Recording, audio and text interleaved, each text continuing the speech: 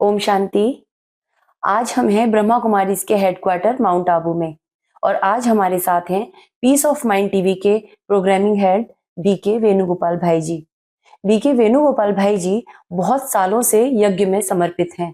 ये योग के साथ साथ अपने स्वास्थ्य का पूरा ध्यान रखते हैं और पिछले कई वर्षों से इन्होंने डॉक्टर के पास जाना बिल्कुल जरूरी नहीं समझा, क्योंकि ये एक नेचुरोपैथी एक्सपर्ट भी हैं।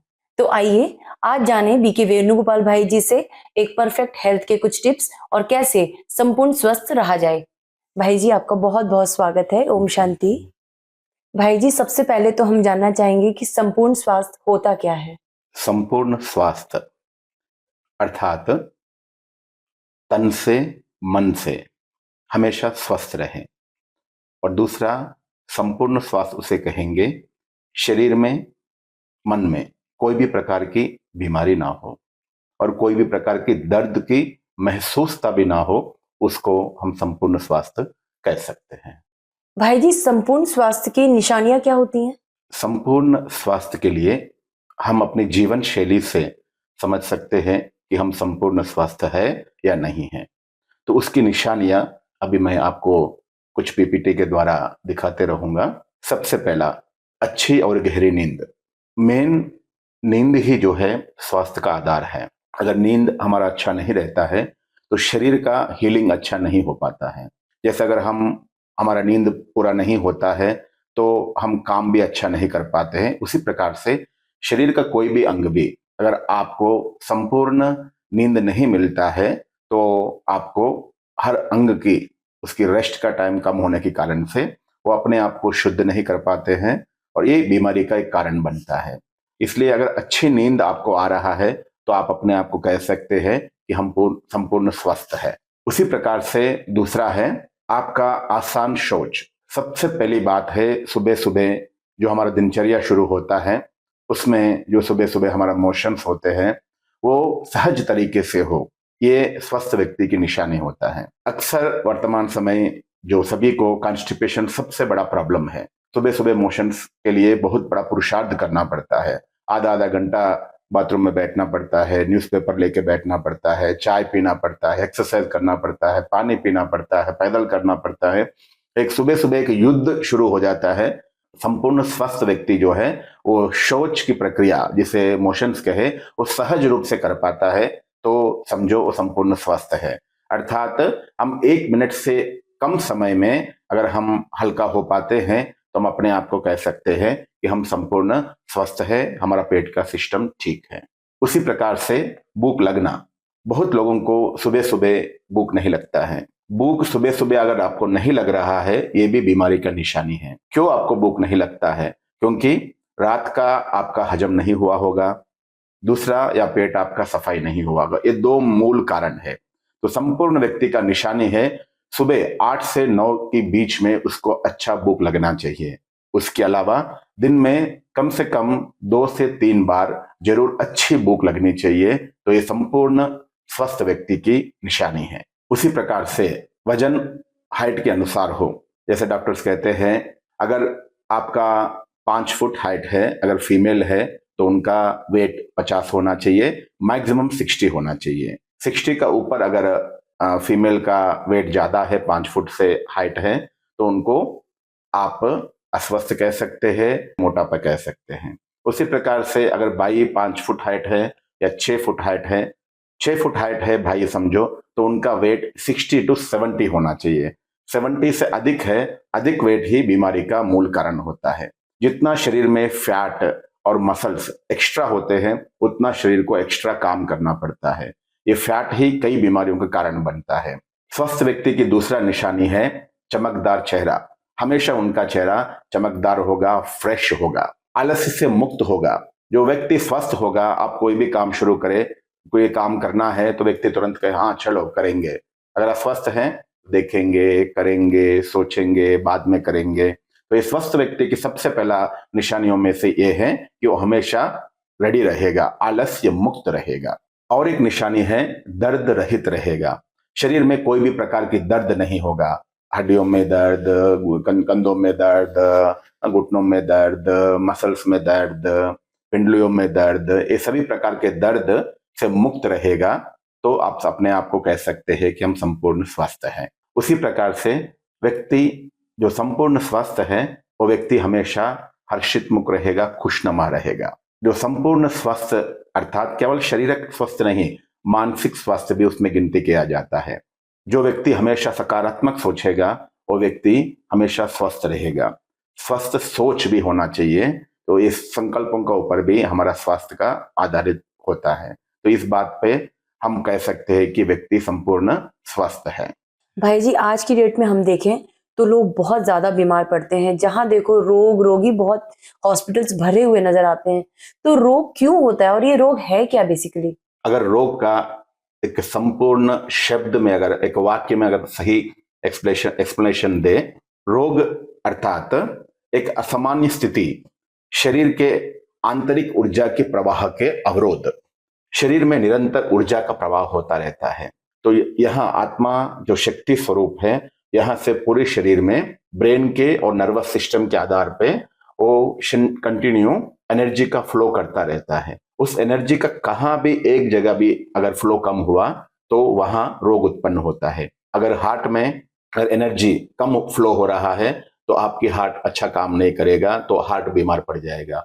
उसी प्रकार से लंग्स में और घुटनों में, नसों में, जहां भी आपकी ऊर्जा की जो आत्मिक ऊर्जा है, आत्मा की शक्तियों का प्रवाह कम होता है, वहां रोग उत्पन्न होता है। तो रोग का एक दो लाइन में अगर हम कहें तो हम शरीर का अंदर की जो ऊर्जा के प्रवाह का अवरोध को हम रोग कह सकते हैं।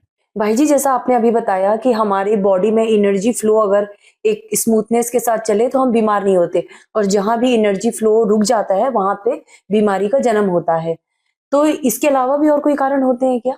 टॉक्सिन्स, अगर शरीर के ऊर्जा के प्रवाह की कमी होती है तो शरीर में टॉक्सिन्स उत्पन्न होते हैं, और टॉक्सिन्स जो है बीमारी का मूल कारण बनते हैं। तो टॉक्सिन्स जहां जहां जमा हो जाता है वहां वहां आपको बीमारियां उत्पन्न होते हैं। भाई जी, अभी आपने बताया कि टॉक्सिन्स बहुत एक बड़ा कारण है एक बीमार होने का, शरीर बीमार करने का। तो टॉक्सिन्स बनते कैसे हैं शरीर में? टॉक्सिन्स बनने का कई कारण है, तो उसमें हम सबसे पहले ये समझे कि टॉक्सिन से होता क्या है। टॉक्सिन्स जहां जमा हो जाए, अगर आप देखो हार्ट में जमा हो गया तो आपको हार्ट अटैक हो जाएगा। टॉक्सिन अगर घुटनों में जमा हो गया है तो आपको नी पेन हो जाएगा। अगर आपके पैंक्रियास में जमा हो गया तो पैंक्रियास अच्छे से काम नहीं करेगा, जिससे आपको डायबिटीज हो जाएगा। अगर टॉक्सिन्स शरीर में, मसल्स में या सेल्स में टॉक्सिन्स जमा हो जाता है तो उससे स्किन का आपको कई प्रकार के प्रॉब्लम्स, कैंसर जैसा भी बीमारियां भी आ सकती हैं। उसी प्रकार से अगर टॉक्सिन्स किडनी में जमा हो गया तो किडनी सही तरीके से काम नहीं करेगा, इसमें किडनी का प्रॉब्लम भी आ सकते हैं, किडनी में स्टोन्स भी जमा हो सकते हैं। ऐसे टॉक्सिन्स के कारण से कई प्रकार की बीमारियों का मूल कारण ही है टॉक्सिन्स। तो सबसे पहले हम जानेंगे कि टॉक्सिन्स बनते क्यों है, टॉक्सिन्स बनने का मूल कारण क्या है। सबसे पहला है टॉक्सिन्स बनने का मूल कारण विरुद्ध आहार। हमें पता ही नहीं है, हम हर दिन विरुद्ध आहार खाते जा रहे हैं। विरुद्ध आहार मतलब जिसका एक दूसरे के साथ मेल नहीं। जैसे आपको किसी के साथ बनता नहीं है तो आप उनके साथ काम करना आपको मुश्किल होता है, उसमें टेंशन भी होता है, लड़ाई झगड़ा भी हो सकता है, तो ओवरऑल आपके समय वेस्ट जाएगा, आपके आउटपुट नहीं रहेगा। उसी प्रकार से हम जब विरुद्ध आहार खाते हैं तो शरीर को भी उतना ही मेहनत करना पड़ता है उसको हजम करने के लिए। तो विरुद्ध आहार है टॉक्सिन्स बनने का सबसे पहला कारण है। उसी प्रकार से दूसरा कारण है अधिक खाना खाना। हम जब खाना अधिक खाते हैं, जितना जरूरत है उससे ज्यादा खाते हैं, उससे शरीर को हजम करने में लंबा समय लगता है, तो वो भी टॉक्सिन्स बनने का एक दूसरा कारण है। तीसरा कारण है जल्दी जल्दी भोजन करना। जब हम जल्दी जल्दी भोजन करते हैं तो मुंह में जो लार है उसके साथ अच्छे से मिक्स नहीं होता है, तो हम वो खाना जल्दी अंदर भेज देते हैं, तो जल्दी जल्दी खाने के कारण से हजम अच्छा नहीं हो पाता है, तो वो भी टॉक्सिन्स बनने का एक कारण बनता है। दूसरा है बिना भूख का खाना खाना। हम अक्सर खाना खाते हैं, सोचते हैं कि समय पे खाना खाना चाहिए, टाइम हो ना हो, आपको भूख लगे नहीं लगे, टाइम अनुसार खाना खाते हैं। डॉक्टर बोलते भाई टाइम अनुसार खाना खाओ। कभी भी आपको भूख नहीं है तो खाना खाना नहीं चाहिए। आप खाना इतना ही खाओ जो टाइम पे भूख लगे। अगर टाइम पे भूख खाना है टाइम पे, अच्छी बात है, मगर आप नाश्ता इतना करो जो दोपहर के टाइम पे भूख लगे। अब दोपहर में भोजन इतना करो जो शाम को चाय के टाइम पे आपको भूख लगे। शाम को इतना ही हल्का सा कुछ लो जो आपको 7-8 बजे भूख लगे। तो हम बिना भूख का खाना नहीं खाना है। अगर कोई अधिक खाना खाया तो उसको थोड़ा स्किप कर दे। तो ये बिना भूख का खाना खाना से भी टॉक्सिन्स बनते हैं। भोजन के साथ अगर हम अधिक पानी पीते हैं वो भी टॉक्सिन का कारण बनता है, क्योंकि भोजन के साथ अगर अधिक पानी पीते हैं तो उसमें उसका केमिकल डाइल्यूट हो जाते हैं, जिससे भोजन आपको अच्छा सा हजम नहीं होता है। भोजन के साथ कभी भी अधिक पानी नहीं पीना चाहिए। पानी थोड़ी मात्रा में पी सकते हैं। पूरी भोजन में अगर हम देखा जाए तो आधे गिलास पानी पी सकते हैं, नहीं तो एक गिलास छाछ पी सकते हैं। अधिक पानी पीना जिससे डाइजेशन पावर कम हो जाता है, डाइल्यूट हो जाते हैं केमिकल्स, तो ये भी टॉक्सिन का कारण बनता है। टॉक्सिन्स बनने का और एक कारण है वो है एक साथ कई प्रकार के खाद्य पदार्थ एक साथ खाना। रोटी भी, चावल भी, दाल भी, सब्जी भी, पकौड़ा भी, 10 प्रकार की चीजें अगर एक साथ खाते हैं तो भी आपको शरीर में टॉक्सिन्स बनते हैं, आपकी हाजमा कम होने के कारण से। टॉक्सिन्स बनने का और एक कारण है वो है फैक्ट्री प्रोडक्ट्स। जितना हम फैक्ट्री प्रोडक्ट्स खाते हैं उतना हमारे शरीर में टॉक्सिन्स ज्यादा बनते हैं। क्यों? क्योंकि जो भी फैक्ट्री प्रोडक्ट्स होते हैं वो प्रोडक्ट्स है, वो फूड नहीं है, प्रोडक्ट है वो। और उसको देखिए, आप अगर सुबह रोटी बनाते हो, शाम तक रोटी अगर आप रात तक खाना तो बासी हो जाता है, स्मेल आ जाता है। मगर फैक्ट्री में कब बिस्किट बना, कब चॉकलेट बना, आप एक 6 साल 6 मास के बाद, 1 साल के बाद भी आप खा रहे हो। तो उसके लिए उसको प्रिजर्वेटिव डाला जाता है। वो सेल्स का लाइफ बढ़ाने के लिए प्रिजर्वेटिव यूज करते हैं। जो भी प्रिजर्वेटिव्स होते हैं वो केमिकल्स होते हैं। जितना हम प्रिजर्वेटिव खाना, फैक्ट्री खाना खाएंगे, जितना केमिकल्स खाएंगे, उतना शरीर में टॉक्सिन्स ज्यादा बनते हैं। उसी प्रकार से टॉक्सिन्स बनने का मूल कारण तामसिक भोजन भी होता है। जितना हमारा भोजन तामसिक होगा उतना हमारे शरीर में टॉक्सिन्स ज्यादा बनेंगे। ये है शारीरिक कारण। उसी प्रकार से टॉक्सिन्स बनने का मानसिक कारण भी होते हैं। वो है अधिक सोचना। अगर हमारा सोच अधिक चलता है, बहुत थॉट्स हमारे अंदर चलते हैं, जिससे शरीर के अंदर कई प्रकार के ऐसे केमिकल्स रिलीज होते हैं जो शरीर में टॉक्सिन्स उत्पन्न करते हैं। जैसे अगर आप अधिक सोचते हो, क्रोध करते हो, किसी के लिए नेगेटिव सोचते हो, नकारात्मक सोच के कारण से भी शरीर में कई प्रकार के गलत केमिकल्स जो रिलीज होते हैं ब्रेन से, उससे भी शरीर में टॉक्सिन्स बनते हैं। जैसे क्रोध करते हैं तो उस समय जो केमिकल्स रिलीज होते हैं वो शरीर के हर अंग को डैमेज करते हैं। तनाव तनाव भी एक कारण है टॉक्सिन्स बनने का। हम अगर अधिक तनाव में रहते हैं तो शरीर में जो केमिकल्स रिलीज होते हैं, हार्मफुल केमिकल्स, वो भी टॉक्सिन्स बनने का मूल कारण बनते हैं। उसी प्रकार से चिंता, हम जितना अधिक चिंता करते हैं उतना शरीर में टॉक्सिन्स अधिक बनते हैं। भाई जी, अभी आपने बताया कि क्या कारण होते हैं जिससे बॉडी में टॉक्सिन्स बनते हैं। तो अब ये भी बताइए कि अगर टॉक्सिन्स बन गए तो उनसे मतलब उन्हें क्लीन कैसे किया जाए, बॉडी को टॉक्सिन फ्री कैसे बनाया जाए? टॉक्सिन्स फ्री बनने के लिए भगवान ने शरीर को नेचुरल प्रोसेस रखा हुआ है। नेचुरल तरीके से शरीर अपने आप को क्लीन करते हैं जो भी टॉक्सिन्स बनते हैं। तो सबसे पहला है, जो शरीर के अंदर टॉक्सिन्स बनते हैं वो है आंखों के द्वारा, आंसुओं के रूप में। अगर आप बहुत चिंतित रहते हैं, टेंशन में रहते हैं या भयभीत रहते हैं, तो आपके अंदर जब चिंता होती है, दुख होता है, आपके अंदर जो टॉक्सिन्स बनते हैं वो आपकी आंखों से आंसू का रूप में बाहर आ जाते हैं। ये नेचुरल क्रिया है।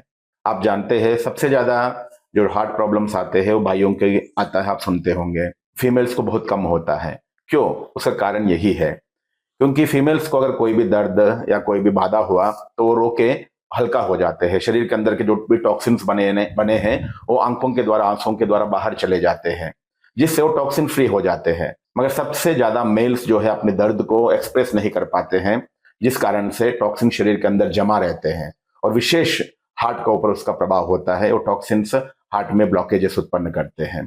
तो टॉक्सिन्स नेचुरल रूप से अगर हमें कोई भी दर्द होता है, बाधा होता है, हमें हल्का बोल के हल्का होना चाहिए। अगर हो सके तो आंसू भी अगर निकाले कोई प्रॉब्लम नहीं है। ये आंसुओं को जितना रोकेंगे उतना शरीर में टॉक्सिन्स जमा होते हैं, एक बीमारी का कारण बनता है। तो ये नेचुरल क्रिया है शरीर के अंदर की टॉक्सिन्स बाहर निकालने का। उसी प्रकार से कान के अंदर भी जो भी मैला जमा होता है वो वैक्स का रूप में शरीर अपने आप क्लीन करता है। जो भी शरीर के अंदर टॉक्सिन्स बनते हैं, आप खाना खाते हो, शरीर के अंदर कोई भी क्रियाएं होती है, शरीर अपने आप सफाई करता रहता है, वो है किडनी के द्वारा। जो भी शरीर के अंदर टॉक्सिन्स बनते हैं वो किडनी नेचुरल रूप से यूरिन के द्वारा बाहर फेंक देती है। उसी प्रकार से चौथा है शरीर के अंदर का टॉक्सिन्स पसीने के रूप में भी बाहर जाते हैं, इसलिए पसीने में आप कभी देखते हो कईयों का बहुत बदबू भी होता है, और पसीना जब आते देखते हो आपको नमक नमक जैसा सूखा भी लगता है। तो शरीर के अंदर जो सोडियम है और पोटेशियम है, जो कई चीजें हैं जो शरीर के अंदर एक्स्ट्रा है, वो शरीर बाहर फेंक देती हैं। टॉक्सिन्स ये पसीने के रूप में भी नेचुरल रूप से बाहर चले जाते हैं। पांचवा है शरीर के अंदर जो भी टॉक्सिन्स व्यर्थ पदार्थ बनते हैं वो मोशंस के रूप में भी बाहर चले जाते हैं। जो भी शरीर के अंदर व्यर्थ पदार्थ है, जो एक्स्ट्रा पदार्थ है, वो सारे आपको मल के रूप में भी बाहर चले जाते हैं। ये 5 क्रियाओं के द्वारा नेचुरल रूप से शरीर की सफाई निरंतर होती रहती है।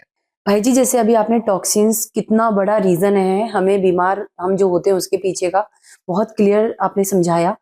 एक चीज और हमें बताइए कि शरीर को स्वस्थ रखने के लिए और क्या हम कर सकते हैं और क्या कारण हो सकते हैं कि हम जिससे पूरी तरह स्वस्थ रहें। जैसे शरीर पंच तत्वों से बना हुआ है, शरीर को स्वस्थ रखने के लिए 5 बातों पे हम अटेंशन रखना चाहिए। अगर ये 5 बातों पे आप अटेंशन रखेंगे, कभी भी आप बीमार नहीं पड़ेंगे, 90% बीमारियों से बचेंगे।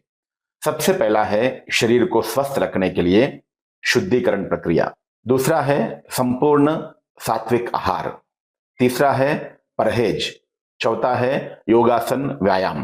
पांचवा है मेडिटेशन। तो ये 5 बातों पर अगर हम अटेंशन देंगे तो हमेशा हम स्वस्थ रह सकते हैं। अभी जैसे हम हेल्थ के ऊपर बात कर रहे हैं, आप बहुत अच्छे टिप्स हमें दे रहे हैं भाई जी।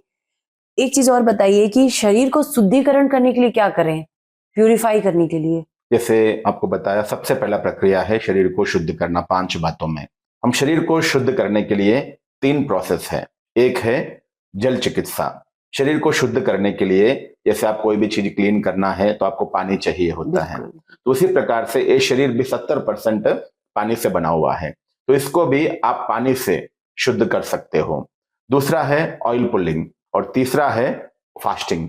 तो उपवास को भी अगर हम सही ढंग से करेंगे तो हम शरीर को शुद्ध कर सकते हैं। तो पहले जमाने में उपवास का दिन व्यक्ति जो है थोड़ा बहुत फ्रूट्स खाते थे और कुछ ना कुछ डाइल्यूट चीजें पीते थे, मगर आजकल उपवास का दिन ही सबसे ज्यादा स्पेशल आइटम खाया जाता है। केवल सुबह हम नहीं खाते हैं, मगर दोपहर में अच्छे से पूरी और पुलाव या जो कुछ भी ऑयली चीजें हैं, मसालादार चीजें हैं, अच्छे से अच्छी हेवी चीजें उस दिन खाया जाता है। सुबह एक बार नाश्ता छोड़ा, मगर आपने 4-6 बार आप खाना खाएंगे, जितना कैलोरीज जाना चाहिए उससे ज्यादा कैलोरीज उस दिन जा रहा है। तो उपवास करने का कोई मतलब ही नहीं है। तो अगर हम हफ्ते में एक दिन भी पका हुआ खाना छोड़ देंगे, नेचुरल खाना खाएंगे, दिन भर परमात्मा का चिंतन करें, नहीं है तो कम से कम दिन भर आप केवल नेचुरल चीजें खाइए, पका हुआ चीज नहीं खाएंगे, तो भी हम अपने आप को, शरीर को क्योर कर सकते हैं। मगर ये विधि में अंतर आ गया है। तो ये 3 विधियां है जो मुख्य रूप से शरीर को हम शुद्धिकरण करने का। भाई जी, अभी आपने बॉडी प्यूरिफिकेशन के 3 जो मूल रूप बताए। सबसे पहला है जल चिकित्सा, उसके बारे में थोड़ा सा बताइए। जल चिकित्सा अर्थात हम पानी के द्वारा अपने आप को हम प्योर कैसे करें, तो उसके लिए पानी हम किस प्रकार से पिए, मैं एग्जाम्पल टाइम टेबल आपको बताता हूं। रात में सोने से पहले हमें 4 काम करने चाहिए। सबसे पहला है सोने से पहले यूरिन जाके आना है। अक्सर 90% लोग सोने से पहले यूरिन करके नहीं आते हैं, मगर ये बहुत जरूरी है।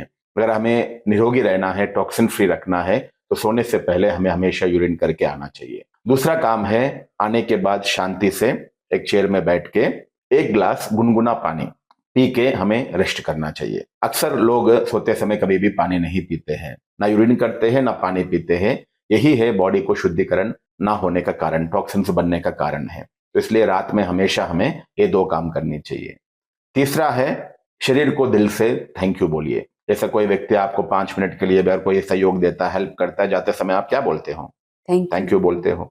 मगर ये शरीर सुबह से लेकर रात तक आपको हेल्प कर रहा है। सोते समय हम शरीर के अंदर एक शक्ति है जो यहाँ बैठ के ब्रेन के माध्यम में इस शरीर को चला रहे हैं।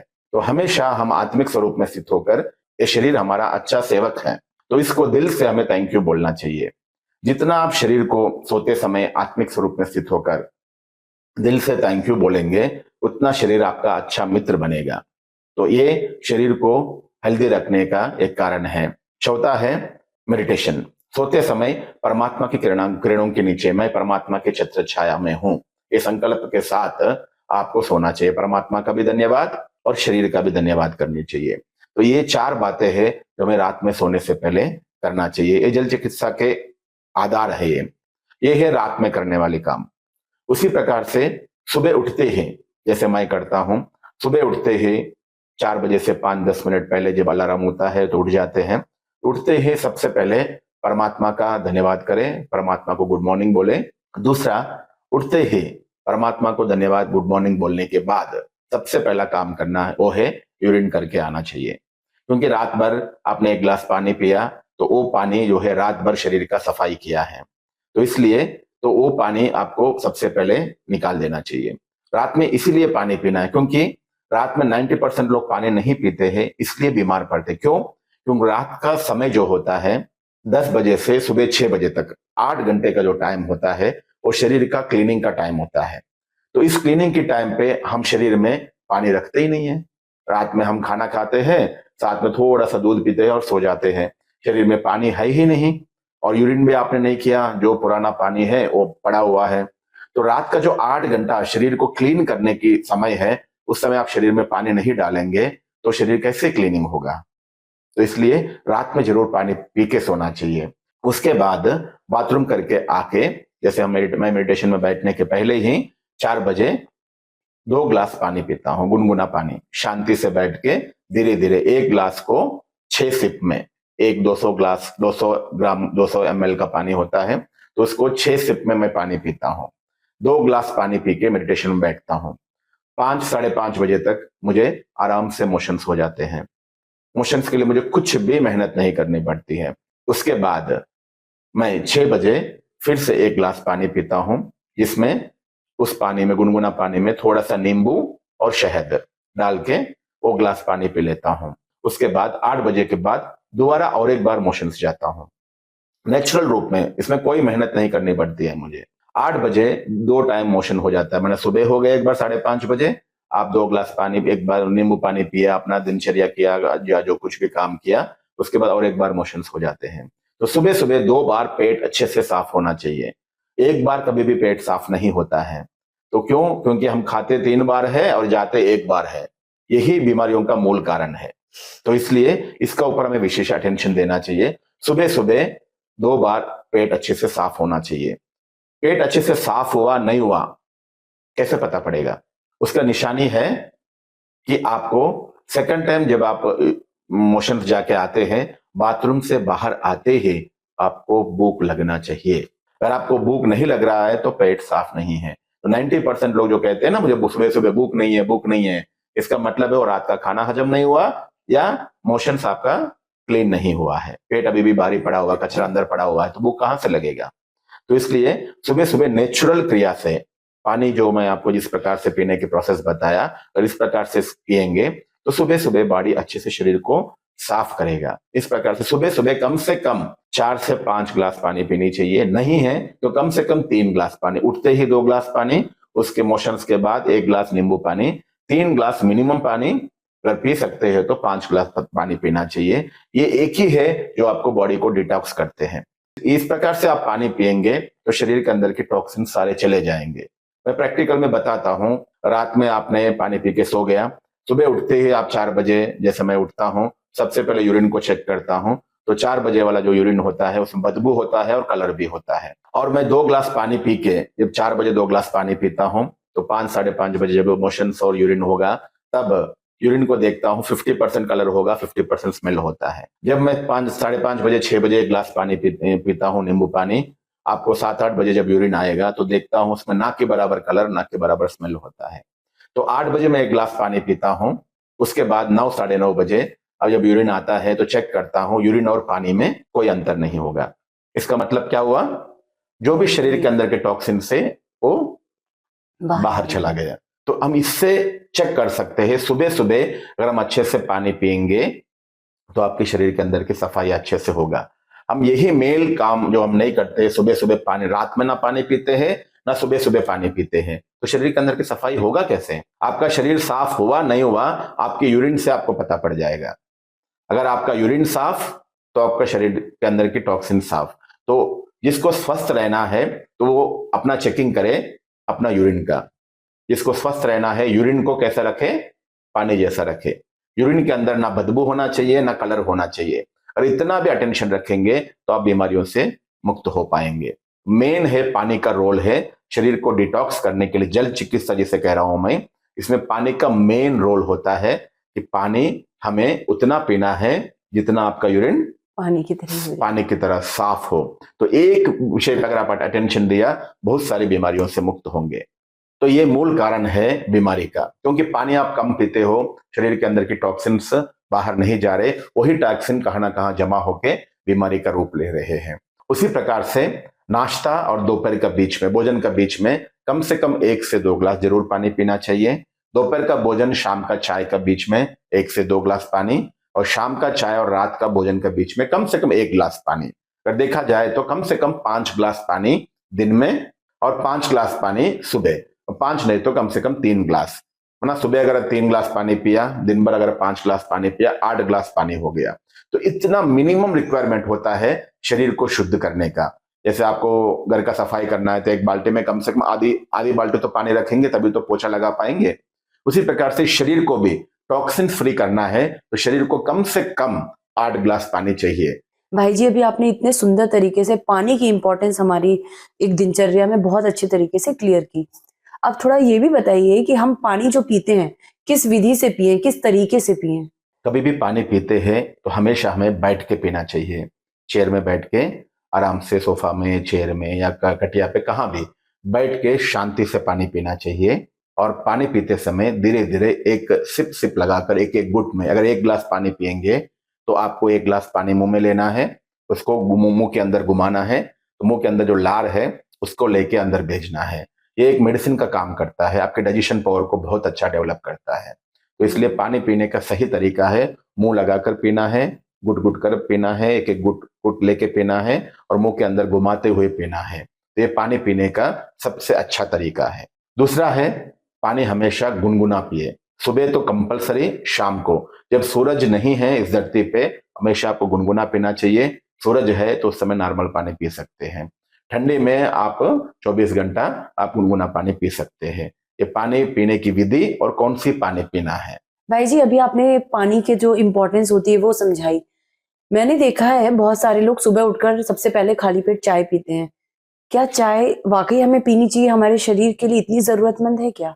सबसे पहले जो आजकल जो ज्यादा लोग बीमार पड़ रहे हैं उसका कारण है खाली पेट चाय पीना। सुबह सुबह का शरीर का सफाई का टाइम होता है, जैसे मैं आपको बताया है, रात में 10 बजे से सुबह 6 बजे तक, 8 बजे तक समझो, शरीर अपना क्लीनिंग करता रहता है। तो क्लीनिंग की टाइम पे शरीर को चाहिए पानी, और आप दे रहे हो चाय। तो ये चाय ही बहुत बीमारियों का कारण है। सुबह सुबह चाय, खाली पेट चाय पीने से आपका पेट का मेटाबॉलिज्म खराब हो जाता है, जो पेट का काम करने की क्रिया में डिस्टर्बेंस आ जाता है। जैसा आप चाय पीते हो तो पेट के अंदर एक कोटिंग लेयर बन जाता है, जो शरीर के अंदर जो केमिकल रिलीज करना है और उसको भी रिलीज, लिवर को रिलीज भी करने नहीं देते हैं। चाय के अंदर 10 प्रकार के केमिकल्स होते हैं जो शरीर को बिल्कुल नहीं चाहिए। चाय के अंदर पॉलीफोन बोल के केमिकल होता है, कैफीन, अमीनो एसिड्स, फ्लेवोनॉइड्स होते हैं। उसके अलावा और कई प्रकार की फ्लेवर्स ऐड किया जाता है चाय में। तो और उसके अलावा प्रिजर्वेटिव्स भी इसमें चाय में डाला जाता है। तो ये सारी जो है, शरीर को ये केमिकल्स की कोई भी जरूरत नहीं है। तो सुबह सुबह शरीर की सफाई का टाइम है, उस समय आप इतने प्रकार का केमिकल्स आप इसमें डाल रहे हो, तो ये जो है कई प्रकार की बीमारी का कारण बनते हैं। भाई जी, आपने अभी जैसे बताया चाय के बारे में, तो मुझे तो लगता है ये एक स्लो पॉइजन है। इसके और क्या साइड इफेक्ट्स हो सकते हैं? चाय पीने से मैं कह सकता हूं 50 प्रकार की बीमारियां आपको आती हैं। सबसे पहला, जो पेट के अंदर गैस बनता है, वो एसिडिटी जिसे कहेंगे, वो भी चाय पीने से आपको होता है। उसी प्रकार से कब्ज, जो शरीर के अंदर मोशंस आप लोगों को नहीं होता है, तो उसका भी कारण, क्योंकि पेट के मेटाबॉलिज्म खराब हुआ, तो आपकी चाय पीने से आपकी कब्ज का शिकायत जो सबसे ज्यादा आजकल लोगों को है, वो चाय पीने से ही हो रहा है। लोग समझते हैं कि सुबह सुबह चाय क्यों पीते हैं, अगर कहते हैं तो लोग बोलते हैं भाई हम चाय नहीं पीते तो हमें मोशंस होता नहीं है, मगर ये बहुत बड़ा भ्रम है। आप चाय पीने से आपको मोशंस नहीं हो रहे हैं। आप गरम गरम जो पी रहे हो ना पानी, उसके अंदर जो पानी का तत्व है, गरम गरम जो आप पी रहे हो, उस कारण से आपको वो मोशंस हो रहे हैं। चाय उल्टा आपकी कॉन्स्टिपेशन का मेन कारण है, ये बात को हमें समझना है। उसके अलावा चाय पीने से आपको रक्त अशुद्ध हो जाता है, आपकी जो ब्लड सेल्स है वो भी अशुद्ध हो जाते हैं, और ऐसे कई प्रकार के कोलेस्ट्रॉल भी आपका बढ़ जाता है, आपका आयरन भी कम हो जाता है, ब्लड लॉस हो जाता है, और कैंसर भी आपका चाय का एक कारण बनता है, डायबिटीज भी है, आपको नींद नहीं आती है क्योंकि चाय ऐसी केमिकल है जो आपको नींद को कम कर देते हैं, लिवर और किडनी भी डैमेज हो जाता है, और आपकी हार्ट की काम करने की क्षमता भी कम हो जाता है। तो इसलिए चाय हमें बीमारियों का मूल कारण है, स्लो पॉइजन है, इसे समझना है। चाय पीना है तो हमें नाश्ते के बाद पिए, कोई गैप में पिए, पर खाली पेट सुबह सुबह कभी भी चाय नहीं पीना चाहिए। जिसको चाय पीने की आदत है वो नाश्ते के बाद पिए, या दोपहर के भोजन के बाद, या शाम को, कभी भी पिए, मगर खाली पेट सुबह सुबह चाय नहीं पिएंगे। भाई जी, जैसा अभी आप चाय के डिसएडवांटेजेस के बारे में बात कर रहे हैं, आपने खुद ही बताया कि बहुत सारे लोगों को चाय जब तक नहीं पिएंगे मोशंस नहीं होते। तो वो लोग जिनको चाय के बिना मोशंस नहीं होते, उन्हें क्या करना चाहिए उस सिचुएशन में? आप अगर पानी को, गर्म पानी को चाय जैसा, अगर बड़ा कप लीजिए, पानी गर्म करिए, चाय जैसा धीरे धीरे पी लीजिए, एक एक सिप सिप जैसे चाय धीरे धीरे, कम से कम अगर बड़ा कप है तो आप 10 से 15-20 सिप में आप पी पाएंगे। तो धीरे धीरे उसको पीजिए, एक तरीका है। दूसरा है उसमें लेमन डाल के पीजिए। तीसरा है उसमें शहद डाल के पीजिए। चौथा है हर्बल टी बना के पी सकते हैं, रामदेव बाबा का दिव्य उपयोग के नाम से एक आता है पैकेट। तो सुबह सुबह आप हर्बल्स डालिए शरीर में, तो सब जड़ी बूटियां है, आपके शरीर को क्लीन करेंगे, शरीर को ताकत देंगे, आपको शरीर का सफाई करेंगे, एनर्जी देंगे। और जो चाय है उसके अंदर जो केमिकल्स आपको बताया है वो सारे केमिकल शरीर को डैमेज करना, मेटाबॉलिज्म खराब करने वाली चीज है। तो आपको पीने की ही आदत है तो आप हर्बल टी पीजिए, रामदेव बाबा का दिव्य टी पीजिए, नहीं तो लेमन टी पीजिए। मगर चाय, दूध और शक्कर वाला कुछ भी, चाय पत्ती, दूध और शक्कर वाली चीज बिल्कुल नहीं लेना है। और पीने के साथ जैसा आपने गरम गरम कुछ पिया, उसके बाद थोड़ा सा पैदल कर लीजिए। आप जितना पैदल करेंगे, 10-15 मिनट भी अगर पैदल करेंगे तो भी आपको मोशंस हो जाएगा। माइंड कॉन्सेंट्रेट करिए, सफाई करना है तो हो जाएगा। तीसरा है एक्यूप्रेशर मैट आता है, अगर आप पानी पी के थोड़ा सा गर्म पानी पी लीजिए, एक्यूप्रेशर मैट पे अगर थोड़ा सा पैदल करेंगे ना तो आपकी शरीर के सारे पॉइंट्स दब जाएंगे, तो उससे भी आंतों की सफाई अच्छे से हो जाएंगे। थोड़ा दिन आपको मेहनत लगेगा, तकलीफ होगा, मगर आपको इस आदत को मिटाना है अगर आपको हमेशा स्वस्थ रहना है तो। भाई जी, जैसे अभी आपने बताया कि चाय का अल्टरनेट जो है गर्म पानी, लेमन या हनी या फिर हर्बल टी। एक बात बताइए, हर्बल टी होती क्या है? ये कैसे बना सकते हैं? मतलब इसके कंजम्पशन को कैसे कर सकते जैसे भी रामदेव बाबा का मैंने बताया, जड़ी बूटियों के द्वारा इसको हर्बल टी बोल सकते हैं। हैं? उसके अलावा घर में खुद भी आप बना सकते हैं हर्बल से। जैसे हर्बल्स में जिसमें आप लौंग है, दालचीनी है, गुड़ है, इलायची है, लेमन ग्रास है, ये सभी चीजों को मिला के भी आप बना सकते हैं। ना शुगर होगा, ना दूध होगा, ना चाय पत्ती होगा। इसके अलावा जो भी बाकी चीजें यूज करेंगे उसको हर्बल टी आप बोल सकते हैं। वो आपको शरीर को काम का है, सुबह सुबह पीना है तो आप वो पीजिए। तो भाई जी, जैसे हमने देखा है, हमेशा हमारे बड़े बूढ़ों ने कहा है कि गुड़ हमेशा सर्दियों में खाना चाहिए, गर्मियों में ही ये गर्म करता है। तो हर्बल टी क्या हम गुड़ वाली गर्मियों में भी पी सकते हैं? सुबह सुबह जब तक सूरज नहीं आया तब तक आप अपने आप को समझ सकते हैं कि मैं सर्दी का समय में ही हूँ। तो अच्छा। सूरज आने के बाद अगर गर्म और गुड़ गर्म अगर कहते हैं तो सूरज आने के बाद उसका इफेक्ट होगा। सूरज आने के पहले जैसे गर्म पानी ही पीना है आपको, उसी प्रकार से सूरज आने के पहले अगर आप लेमन टी गुड़ के साथ पीते हो तो उसमें कोई प्रॉब्लम नहीं है। भाई जी, आपने शरीर के शुद्धिकरण के लिए 3 पॉइंट्स बताए थे। पहला आपने वाटर का बताया था, जो आपने बहुत अच्छे से एक्सप्लेन किया। दूसरा था ऑयल पुलिंग, इसके बारे में बताइए। ऑयल पुलिंग जो है, जैसे बॉडी को क्लीन करने के लिए वो वाटर के द्वारा क्लीन कर सकते हैं टॉक्सिन्स को, उसी प्रकार से ऑयल पुलिंग एक बहुत अच्छी थेरेपी है। ये केरला में और कई विदेशों में भी कई प्रकार का रिसर्च किया गया है। तो ऑयल पुलिंग में क्या होता है, शुद्ध नारियल तेल, जो कंपनी वाला पैराशूट वाला केमिकल वाला नहीं, शुद्ध नारियल तेल जिसे कहते हैं कच्ची घानी का तेल। जैसे नारियल आप लेके जाओ, कच्ची घानी का तेल मिलता है, तो अब नारियल का शुद्ध तेल, उसको 1 चम्मच मुंह में रखना है, जीभ के ऊपर डालना है, उसको 10 मिनट तक मुंह में घुमाते रहना है। उससे शरीर के जो मुंह के अंदर के जो भी टॉक्सिन्स है वो शरीर के नीचे से लेके पूरा पेट से लेके दिमाग से लेके शरीर के हर अंगों नसों का द्वारा जितना भी टॉक्सिन्स है वो वहां इकट्ठा हो जाएंगे। तो 10 मिनट आप उसको मुंह में घुमा के आप फेंक देंगे, उसके बाद मुंह खुला कर लेंगे। इस प्रकार पहले 2 मिनट शुरू करें, फिर 5 मिनट, फिर 10 मिनट, 15 मिनट, जितना लंबा समय आप रख सकते हो, जो मुंह आप मसल्स आपको दर्द ना हो, उतना समय उसको रखे, हिलाते रहे। ये सेकंड प्रोसेस, सबसे सहज प्रोसेस है बॉडी को डिटॉक्स करने का, वो है वाटर थेरेपी। ये सेकंड ऑप्शन है, ये हर कोई नहीं कर सकते हैं, और जो कर सकते हैं करे, बहुत अच्छी बात है। भाई जी, अभी आपने 2 प्रोसेस बताए, एक तो वाटर प्यूरिफिकेशन से और एक है ऑयल पुलिंग से। तीसरा आपने बताया था फास्टिंग, उस पर भी थोड़ा-सा बताएँ? जिस दिन हम फास्टिंग रखेंगे, उस दिन शरीर के अंदर का सफाई अच्छे से होगा, क्योंकि आप खाना जित कंटिन्यू खा रहे हो, तो शरीर अपना सफाई कर ही नहीं पा रहा है। इस कारण से बीमारियां हो रही है। जैसे घर के अंदर आपको रेगुलर रूटीन काम ही इतना है, तो कोने कोने का आप अच्छे से सफाई नहीं कर रहे हो, तो क्या होगा, वहां से कीड़े पैदा होंगे, गंदगी होगा, कीड़ा पैदा होगा। तो इसी प्रकार से इस शरीर का सफाई भी अच्छे से करना है, शरीर को अच्छे से डिटॉक्स करना है।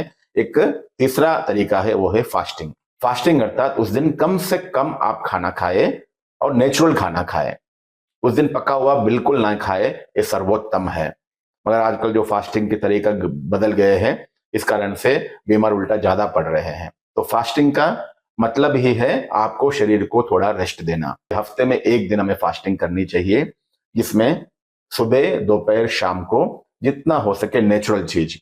सबसे अच्छा फास्टिंग के कई तरीके मैं बताऊंगा। इसमें सबसे पहला तरीका है, वो है सुबह सुबह आप दूध पी लो, दोपहर में कम से कम तेल मसालों वाला खाना खाओ, और शाम को फ्रूट्स खा लो। दूसरा तरीका है कि तीनों टाइम आप फल खाओ, 1 प्लेट भर के फल खाओ दोपहर में और शाम को, क्योंकि फल जो है जल्दी हजम हो जाता है, तो शरीर को सफाई का टाइम मिल जाता है। तो हम खाना जो खाते हैं, तो 6 घंटे से 12 घंटा लगता है पका हुआ खाना हजम होने में। उसी प्रकार से अगर आप फल खाते हो, तो 2 से 3 घंटे में हजम हो जाता है। तो उपवास का मतलब है कि शरीर को सफाई करने का टाइम देना, जिससे आपकी बॉडी में सफाई अच्छे से हो पाता है। ये दूसरा तरीका फलों के द्वारा। तीसरा है, जिनको और अच्छा उपवास करना है, वो रसों का उपवास कर सकते हैं। जैसे फलों का रस ले सकते हैं, सुबह आपने लिया, सब्जियों, कच्ची सब्जियों का रस ले लिया, दोपहर में फल का रस ले लिया, शाम को आपने दूध पी लिया। मतलब रस वाला कोई भी रसों से आप लिक्विड और रसों से आप फास्टिंग कर सकते हो। चौथा फास्टिंग है, जो बहुत बीमार है, अपने आप को जल्दी ठीक करना चाहते हैं, वो लेमन हनी फास्टिंग कर सकते हैं। सुबह आपने लेमन हनी, जैसे 9 बजे आपने लेमन हनी पिया, उसके बाद में 3 घंटे के बाद 12 बजे आपने पिया, फिर शाम को 3 बजे, फिर रात 6 बजे, 7 बजे, ऐसे आपने आधी चम्मच नींबू, 2 चम्मच या 3 चम्मच हनी मिला के, अगर इस प्रकार से आप करेंगे, आपने लेमन और हनी लिया, वो आधा घंटे में हजम हो जाता है। तो बाकी 2-3 घंटा, आप 4 घंटे के बाद आप कुछ ले रहे हो, शरीर को 4 घंटा टाइम मिल रहा है। फिर आप थोड़ा लिया, आधा घंटे में हजम हुआ, और दिन भर में कम से कम आपको 12 घंटा और रात भर का 12 घंटा, तो अगर ओवरऑल सारा मिला के आपको कम से कम 16 घंटा आप फास्टिंग हो जाता है उसमें, तो शरीर का अच्छे से सफाई होगा। तो ये फास्टिंग एक तीसरा तरीका है हमको बॉडी को अंदर का जो टॉक्सिन्स है उसे क्लीन करने का। बॉडी के अंदर टॉक्सिन्स क्लीन हुआ तो हम बीमारियों से मुक्त रहेंगे। भाई जी, जैसे अभी आपने शरीर को स्वस्थ रखने के लिए 5 हमें टिप्स बताए थे। सबसे पहला था शुद्धिकरण, अभी दूसरा आपने बताया सात्विक आहार, ये क्या होता है? बीमारी का मूल 2 कारण होते हैं। कोई भी बीमार पड़ते हैं, उसका मूल 2 कारण होते हैं। वो है, सबसे पहला है बॉडी के अंदर का जहर, टॉक्सिन्स। अगर हम टॉक्सिन फ्री हो गया, हम बीमारियों से मुक्त हो सकते हैं। उसी प्रकार से हम बीमार पड़ते हैं, उसका दूसरा कारण है आपका इम्यूनिटी पावर कम रहना। तो इम्यूनिटी पावर आपको बढ़ाकर रखना है, तो उसका आधार है संपूर्ण आहार। अगर आप भोजन करते हो, अगर भोजन सही है, उसमें संपूर्ण आहार अगर आप खा रहे हो, तो आपकी इम्यूनिटी पावर अच्छा रहेगा। जब भी आप डॉक्टर के पास जाते हो, बीमार पड़ते हो, तो डॉक्टर कहते हैं कि आपका फलाना विटामिन कम हुआ, इसलिए आप बीमार पड़े हो। आहार सही ढंग से आपने नहीं खाया, जिससे विटामिन कम हुआ। विटामिन कम होने से आपका इम्यूनिटी पावर कम हुआ। इम्यूनिटी पावर कम होने से आपको रोग से लड़ने की ताकत आपका कम हो गया है। तो ये मूल कारण है। अगर आपको इम्यूनिटी पावर अच्छा रखना है, तो आपको संपूर्ण आहार खाना चाहिए।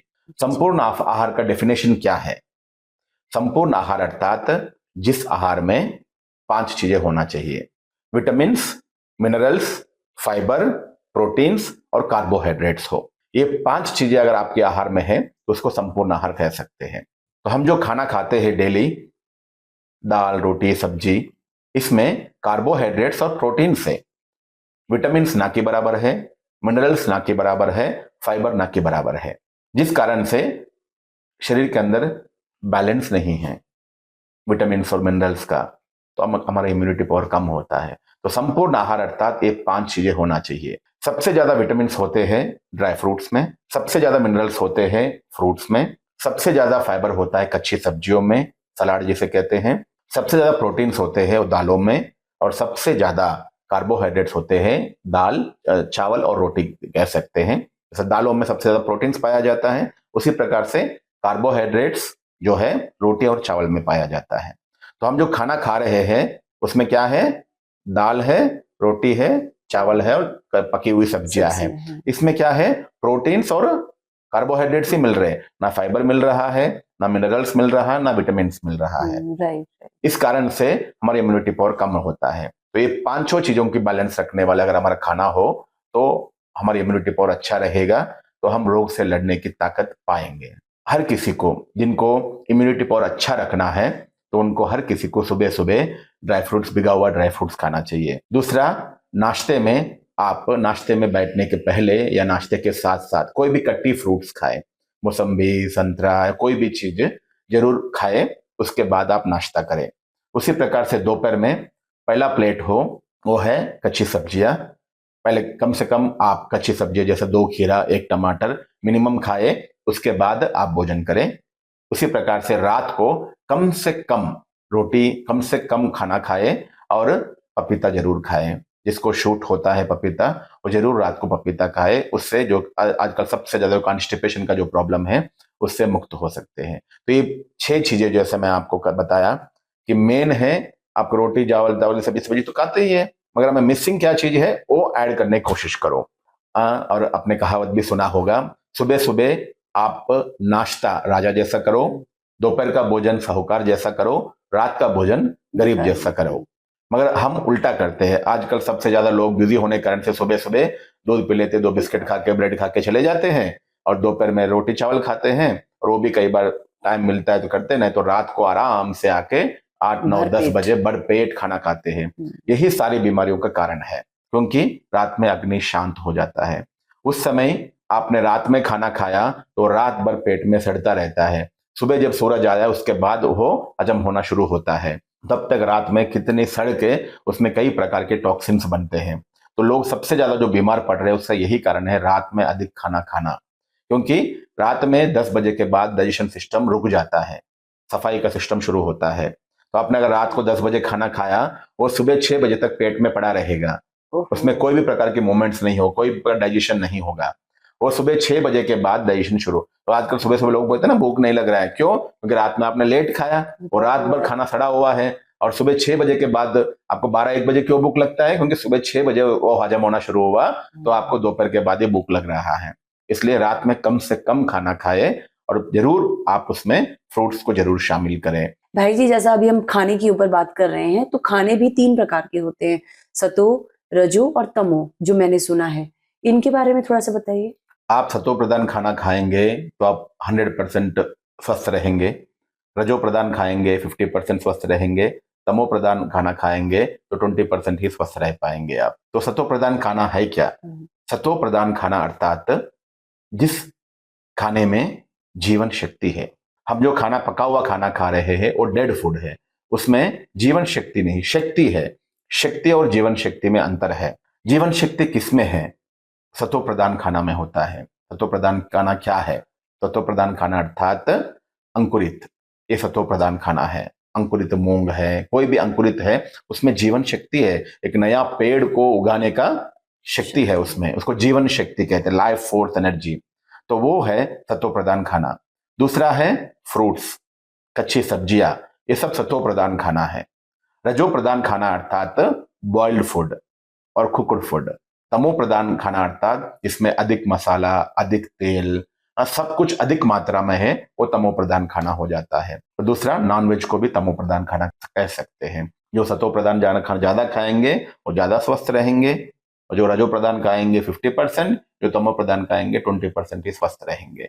तो ये 3 चीजें हैं, हमें खाने का ऊपर अटेंशन देना चाहिए। लाइव फूड ज्यादा खाओ। आपको जिंदा रहना है, आप कई लोग देखो जिंदा तो है मगर बीमारियों से घिरा हुआ है, वो मरा हुआ है तो जीवन है। तो आपको हमेशा जिंदा रहना है और स्वस्थ रहना है, दोनों एक साथ अगर चलना है तो आप सत्व प्रधान खाना ज्यादा खाइए, अर्थात अंकुरित फ्रूट्स, ड्राई फ्रूट्स और कच्ची सब्जियां, तो भगवान ने जो नेचुरल रूप से जो दिया है उसको ज्यादा खाना खाइए।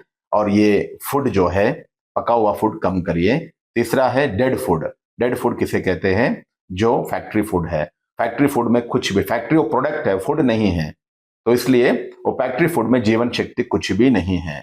भाई जी, अभी जैसे हम चर्चा कर रहे हैं, आपने बताया पानी कितना इम्पोर्टेंट है, पानी पीने की विधि क्या होती है, फिर आपने बताया कि भोजन कितना इम्पोर्टेंट है, वो भी किस तरीके का भोजन खाना चाहिए। तो क्या भोजन करने की भी कोई विधि होती है? जरूर होती है। भूख लगने पर ही खाना खाए। बिना भूख का हम खाना खाएंगे तो डाइजेशन अच्छे से नहीं होगा, शरीर में टॉक्सिन्स बनेगा। अगर आपको टाइम टू टाइम खाना खाना है तो नाश्ता इतना करो जो आपको दोपहर में भूख लगे, दोपहर में इतना खाओ जो शाम को चाय का भूख लगे, शाम को इतना ही चाय टोली लो जो आपको रात को भूख लगे। तो ये सबसे पहला है, बिना भूख का खाना नहीं खाना है। दूसरा है प्रसन्न मन के साथ खाना खाओ। टेंशन में आपको खाना कभी नहीं खाना चाहिए। अगर टेंशन में आप खाना खाएंगे तो भी आपको टॉक्सिन्स बनेगा, हजम अच्छे से नहीं हो पाएगा। एक साथ कई प्रकार की खाना नहीं खाना चाहिए, एक साथ केवल 2 प्रकार की खाना खाना चाहिए। अगर आपने रोटी खाया, रोटी के साथ दाल और सब्जी, बस। चावल भी लो, पुलाव भी लो, पकौड़ा भी लो, ऐसा नहीं। एक टाइम 2 से 3 प्रकार का अगर हम खाना खाएंगे, खाद्य मतलब कोई भी पदार्थ है, 2 से 3 प्रकार से ज्यादा नहीं। जैसे शादियों में लोग जाते हैं 15-20 प्रकार का है, सब जरूर खाएंगे, कोई भी चीज छोड़ना नहीं है, फ्री मिला है, तो इस प्रकार से हमें कभी भी नहीं खाना है। एक टाइम पे हमारे शरीर में 2 से 3 वैरायटी पका हुआ चीज होना चाहिए, उससे ज्यादा नहीं होनी चाहिए। खाना खाते समय चबा चबा कर खाना चाहिए। अक्सर लोग एक रोटी मुंह में डाल दिया, 5-6 बार चबा दिया, अंदर डाल देते हैं, जिससे डाइजेशन अच्छा नहीं होता है। कम से कम अगर मुंह में आपने कोई भी निवाला डाला, उसको 15 से 16 बार, हो सके तो 20 से 26 बार, जैसे बोलते हैं 32 दांत है तो 32 बार चबाना चाहिए। तो 32 बार तो नहीं, कम से कम 20-25 बार तो चबाओ, क्योंकि दांत कहाँ है? मुंह में है, पेट में दांत नहीं है, आंतों में दांत नहीं है, इसलिए चबाने का काम उसी को करना है। मगर हम चबाने का काम किसको देते हैं? पेट को देते हैं, जिस कारण से हमारा डाइजेशन पावर कम होता है। इसलिए चबा चबा कर खाना खाना है, इसके साथ लार भी अच्छे से उसमें मिक्स होके अंदर जाएगा। जैसा आप ग्राइंडर में ग्राइंड करते हो, उसी प्रकार से सारा ग्राइंडिंग यहाँ ही होना चाहिए, वहां केवल डिस्ट्रीब्यूशन होना चाहिए पेट में। पर हम क्या करते हैं, थोड़ा सा आधा काम, आधा यहाँ चबा देते हैं, पेट में डाल देते हैं, तो उसको ग्राइंडिंग करने का भी काम हम पेट को देते हैं। पेट को केवल डिस्ट्रीब्यूशन का काम दो, ग्राइंडिंग करने का काम नहीं दो। शांत चित्त होकर खाना खाए, परमात्मा को याद करके, भगवान को याद करके, भगवान का धन्यवाद करके खाना खाए, और टीवी देखते हुए कभी नहीं खाए। आधा 90% लोग आज खाना खाते हैं तो टीवी देखते हुए खाना खाते हैं, जिस कारण से क्या खा रहे हैं उन्हें पता नहीं होता है। ये भी इंडाइजेशन का कारण बनता है, इसलिए कभी भी टीवी देखते हुए खाना ना खाए। भाई जी, आपने 2 बातों पर हमारी अटेंशन करवाई, एक तो प्योर खाना और एक है सात्विक जो भोजन है उस तरीके से। तो हमें किन बातों से परहेज करना चाहिए? परहेज में मुख्य है रिफाइंड ऑयल, और दूसरा है सॉल्ट, तीसरा है स्पाइसी फूड, चौथा है शुगर, पांचवा है मैदा, छठा है फैक्ट्री फूड, और सातवां है नॉनवेज। ये सातों चीजों को हम जितना हो सके परहेज करना चाहिए। तो आजकल जो सबसे ज्यादा जो लोग बीमार पड़ रहे हैं व्हाइट प्रोडक्ट के कारण से, जिसे व्हाइट पॉइजन जिसे कहते हैं, वो है नमक, शुगर और मैदा। ये 3 मेन जो व्हाइट पॉइजन है, इसे चौथा कहे, और घी और दूध। वो घी और दूध एक्सक्यूज भी है, मगर ये 3 चीजें एक्सक्यूज नहीं है। नमक, शुगर और मैदा जितना ज्यादा खाएंगे उतना आप ज्यादा बीमार पड़ेंगे। भाई जी, जैसे अभी आपने परहेज में ये 7 चीजें बताई, आपने रिफाइंड ऑयल का नाम लिया। अब हम पराठे खाएं या सब्जी खाएं तो तेल के बिना तो बनेगी नहीं, रिफाइंड में ही बनती है। रिफाइंड पर फिर हम कैसे परहेज करें फिर? तो सबसे ज्यादा आजकल जो बीमारियां आ रहे हैं, कैंसर जैसी मेन बीमारियां भी जो भी आ रहे हैं, हार्ट अटैक भी जो भी आ रहे, सारी बीमारियों का कारण है रिफाइन ऑयल। जितना रिफाइन ऑयल ज्यादा यूज करेंगे, जिस घर में जितना रिफाइन ऑयल ज्यादा होगा उतना बीमार ज्यादा होंगे। पहले जमाने में आप देखिए, अगर 200-300 साल की हिस्ट्री भी देखा जाए, इंडिया में रिफाइन ऑयल फैक्ट्रीज ही नहीं थे। मुझे याद है मेरा बचपन में भी नानी जो खाना बनाती थी वो कोई भी खाना बनाया उसमें केवल घी यूज होता था, थोड़ा सा 1 चम्मच घी डाल देती तो ऊपर से खाना बन जाता था। सब्जी भी बनाया मटके में, सारी सब्जियां जो भी 3-4 प्रकार की सब्जियां उसमें डाल देती थी, मटके में पकाते थे ने, और उसमें थोड़ा सा मसाला ऊपर से डाल दिया, घी भी ऊपर से डाल देती थी। खाना निकालने के बाद या पूरा खाना बनने के बाद ऊपर से घी डाल दिया, हो गया। और आजकल हम रिफाइंड में सब कुछ बना रहे हैं, तो यही सारी बीमारियों का कारण है। रिफाइंड ऑयल क्यों नहीं खाना है? रिफाइंड ऑयल जो बनता है ना, हाई टेम्परेचर में बनाया जाता है, एक है। दूसरा, रिफाइंड ऑयल में कई प्रकार के केमिकल्स मिलाया जाता है। जितना ज्यादा रिफाइन उतना ज्यादा केमिकल्स। तो कोई भी रिफाइंड ऑयल बनता है 5 प्रोसेस में, एक आपको कोई नहीं बताएंगे, 5 प्रोसेस में गुजरता है। ये रिफाइंड ऑयल के कारण से ही आपको हार्ट प्रॉब्लम्स है, ब्लड प्रेशर है, कैंसर है, स्किन डिसीजेस है, डाइजेशन प्रॉब्लम्स है, ये सभी प्रॉब्लम्स के कारण है रिफाइंड ऑयल। जैसे मूंगफली का तेल है, मूंगफली का 1 केजी मूंगफली मार्केट में 120 रुपए तक होता है। अगर आप तेल जब खरीदने जाते हो तो 1 बॉटल तेल आपको 120 रुपए में मिल रहा है। आपको 1 लीटर तेल, मूंगफली तेल निकालना है तो कम से कम 3 केजी आपको मूंगफली चाहिए। तो मतलब उसका रेट कितना होना चाहिए? 360 होना चाहिए। हाँ। मगर आपको 150 में मिल रहा है, 120 में मिल रहा है। कंपनी वालों को 60 रुपए में पड़ता है, तब जाकर वो 120 में बेच सकता है। आप खुद निकालेंगे तो 360 रुपए पड़ता है। आप कच्ची घानी का तेल आप जाके मशीन में निकालिए, 3 केजी मूंगफली देंगे तो 1 केजी आपको तेल निकाल के देगा। कंपनी वाले 120 में बेच रहे, मतलब उसको 60 में पड़ रहा है। मतलब 360 का तेल और 60 रुपए में आपको बना रहा है, और 60 रुपए कमाई कर रहा है। तो कितना दूषित है आप समझ सकते हैं। 1 लीटर तेल अगर मूंगफली तेल है तो उसमें ओरिजिनल तेल केवल 10 to 20% मूंगफली तेल होगा, बाकी सब केमिकल्स होगा। हम वो केमिकल्स खा रहे हैं, तेल खा ही नहीं रहे। रिफाइंड ऑयल अर्थात जहर है, वो ऑयल है ही नहीं। कोई भी कंपनी का तेल हो, वो तेल है ही नहीं। कच्ची घानी का तेल जो आप खुद निकालते हो उसमें ही सही तेल है। कुकिंग ऑयल 5 प्रोसेस में गुजरता है। सबसे पहला है डीगमिंग, दूसरा है न्यूट्रलाइजेशन, तीसरा है ब्लीचिंग, चौथा है विंटराइजेशन, 5वां है डीऑडराइजेशन। तो ये 5 प्रोसेस से हर कोई कंपनी जो भी रिफाइंड तेल आपको बेच रहे हैं वो सारे ये 5 प्रोसेस में गुजारते हैं। तो डीगमिंग अर्थात डीगमिंग में क्या होता है, हेक्साइन बोल के केमिकल मिक्स करते हैं। तो हेक्साइन ये जो केमिकल है ये पेट्रोलियम प्रोडक्ट है। जो रॉ क्रूड ऑयल होता है उसमें से ऑयल, पेट्रोल, डीजल, ग्रीस सब कुछ निकालने के बाद जो बचता है, कोई काम का नहीं होता है, वो है हेक्साइन। जो ऑयल निकालने वाले कंपनी वाले वो कुक्ड ऑयल कंपनी वालों को बेचते हैं, वो कोई काम का नहीं है, उनको सब कुछ लोग निकाल लिया और कुछ भी नहीं, तेल का तत्व हल्का सा है, जो जिसे चिपचिपापन जिसे कहते हैं वो है, और कुछ नहीं है। वो हेक्साइन ऑयल 10 रुपए के लीटर के हिसाब से, 5 रुपए के लीटर के हिसाब से कुक्ड ऑयल कंपनीज को दे रहे हैं। तो वो लोग इस बीज में उसको, जो भी आपको मूंगफली निकालना है तो मूंगफली को हेक्साइन ऑयल में डुबो के रखते हैं, उसके साथ उसको ग्राइंड करके निकाल देते हैं, तो उसमें हेक्साइन ऑयल साथ में आ जाता है। तो हेक्साइन जो है बहुत बीमारियों का कारण है, हार्ट अटैक, कैंसर से कई बीमारियों का कारण है हेक्साइन है। ये बहुत डेंजरस है, जो हमें जहर के रूप में कंपनी वाले परोस रहे हैं। दूसरा है न्यूट्रलाइजेशन। इसमें जो उसका स्टिकनेस जो होता है, जो मोटापन जो होता है, उसको कम करते हैं। आप देखिए, अगर आप खुद कच्ची घानी का तेल निकालिए कितना मोटा होता है, हेवी होता है, भारी होता है। और आपकी कंपनी का तेल बहुत हल्का होता है, बोलते हैं बहुत हल्का तेल है, बहुत हल्का तेल है बोल के बोलते हैं। वो हल्का नहीं है, आपको बहुत सारी बीमारियों से वो बढ़ा रहे हो। वो हम हल्का तेल खा के बीमारियां कम होते हैं बोलते, बीमारी उसी से ज्यादा होते हैं, ये हमें पता नहीं है। ये न्यूट्रलाइजेशन में फास्फोरस एसिड मिलाया जाता है, जिससे वो तेल जो है पतला हो जाता है। तीसरा है ब्लीचिंग। ब्लीचिंग में कॉस्टिक सोडा मिक्स किया जाता है। तो ये कॉस्टिक सोडा जो है, जो आप कपड़ा धुलाई करने के लिए यूज करते हैं, तो कई चीजों के लिए कॉस्टिक सोडा यूज किया जाता है, तो कॉस्टिक सोडा उसमें मिक्स करते हैं। चौथा है विंटराइजेशन। उसमें एथेनॉल बोल के एक केमिकल मिलाया जाता है, वो बहुत डेंजरस है। 5वां है डीऑडराइजेशन। तो ये डीऑडराइजेशन में कई प्रकार का आर्टिफिशियल मिनरल्स ऐड किया जाता है। एक्चुअली जो रिफाइंड ऑयल है उसमें कुछ भी नहीं है।